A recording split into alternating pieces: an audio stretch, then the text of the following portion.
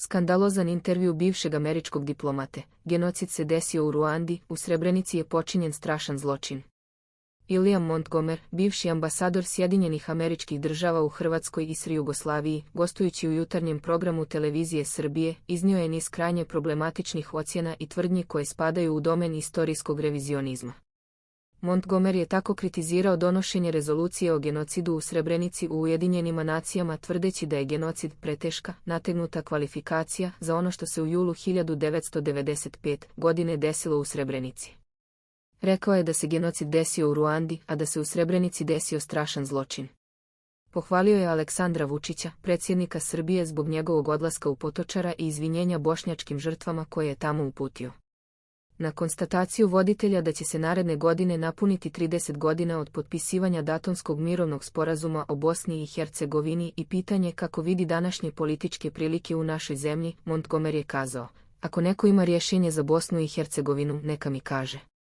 Potom je nastavio govoriti o greškama počinjenim tokom mirovnih pregovora u Daytonu.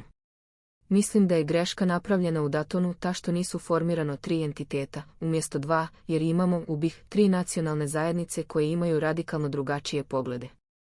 Ne mogu da se dogovore ni o čemu." Daytonski mirovni sporazum je trebao da bude sporazum u primirju, jer je spriječio rat, ali je ostavio sistem koji ne funkcioniše. Ako pokušate da opišete političku situaciju, svi vaši gledaoci će zastati na pola puta jer je toliko komplikovana. Imate 10 kantona unutar federacije BiH i svaka etnička grupa može da kaže da je za njih to od ogromne važnosti i da stavi veto, tako da ništa ne može da se uradi u Bosni. "Kako to promijeniti?" upitao je Montgomery i odmah odgovorio: "Ja lično mislim da je jedan od glavnih problem to što su Sjedinjene Države multikulturno društvo, mi smo zasnovani na tom principu i vjerujemo u to. I dokumenti koji se odnose na Kosovo i na Dayton odražavaju naše insistiranje na multikulturnim društvima, ali ne stavljaju naglasak na etničko pitanje, a ovdje je etničko pitanje veoma važno."